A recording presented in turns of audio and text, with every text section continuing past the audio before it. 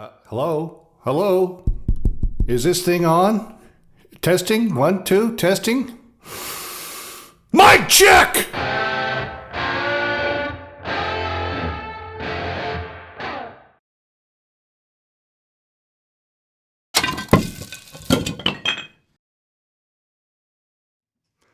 Hi, everybody. I'm John Roberts, and I am not just a pretty face.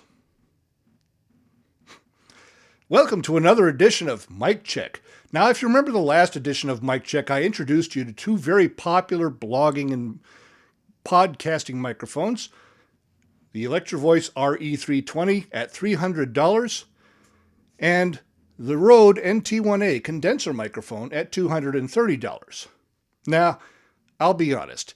Even as I'm reciting those prices now, I can hear you out there in YouTube land, both of you, going, "This is the big one!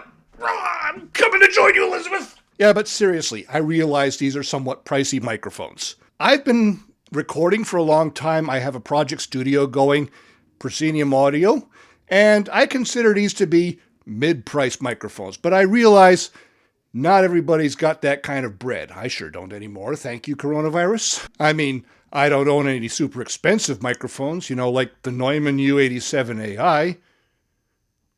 Ugh, that's kind of a scary price. Instead, what I thought I would do, instead of griping about it, I'd show you a couple of budget-friendly alternatives. Let's have a look. And here they are. You've heard me bang on about this microphone before. This is the ubiquitous Shure SM58 dynamic microphone, a staple of stage performance. And over here, we have the Shure PGA 181 condenser microphone. Now, I want you to notice that there's a specific difference in these two microphones in that this microphone is an end address, which means you address it straight on at the end. Whereas the condenser microphone is a side address microphone. You're actually going to be speaking into the side of that. This mic isn't live right now, but it will be, because I'm going to A/B them for you. These mics are under $100. They're a little bit more budget conscious. You can pick up the Shure SM58 for $99. It is under $100. And you can pick up the PGA 181 for $95. These are brand new. By the way, Shure isn't paying me for this. They're not sponsoring my content or anything like that. I just happen to like Shure microphones. They're good, solid, reliable units. What I'm going to do is we're going to A/B these microphones, and I'm going to do that instead of reading Mary Had a Little Lamb because you'll get sick of it.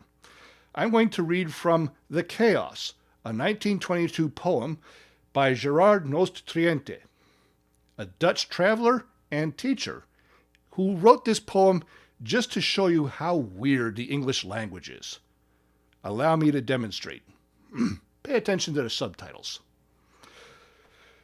Dearest creature in creation, studying English pronunciation, I will teach you in my verse sounds like corpse, core, horse, and worse. It will keep you, Susie, busy, make your head with heat grow dizzy. Tear in eye, your dress you'll tear. So shall I, oh, hear my prayer. Pray console your loving poet. Make my coat look new, dear. Sew it. Just compare heart, beard, and herd. Dyes and diet. Lord and word. Sword and sword. Retain and Britain. Mind the latter now, how it's written. Maid has not the sound of bad. Say, said. Pay, paid. Laid, but plaid? Now I surely will not plague you with such words as vague and ague. But be careful how you speak. Say break and stake, but bleak and weak. Finally, which rhymes with enough? Though, through, plow, cough, hoe, or tough.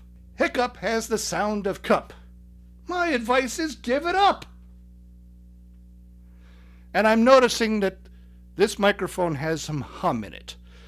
The only thing I could think of is I think that it's getting some noise from the phantom power supply in there. Or it's not happy with only 12 volts.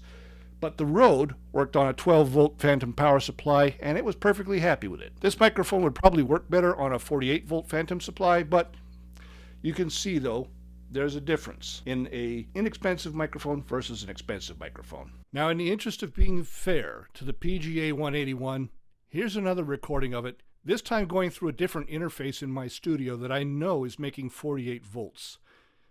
The Shure SCM268, really good mic mixer, but only makes 12 volts of phantom power. I think this mic seems happier with 48.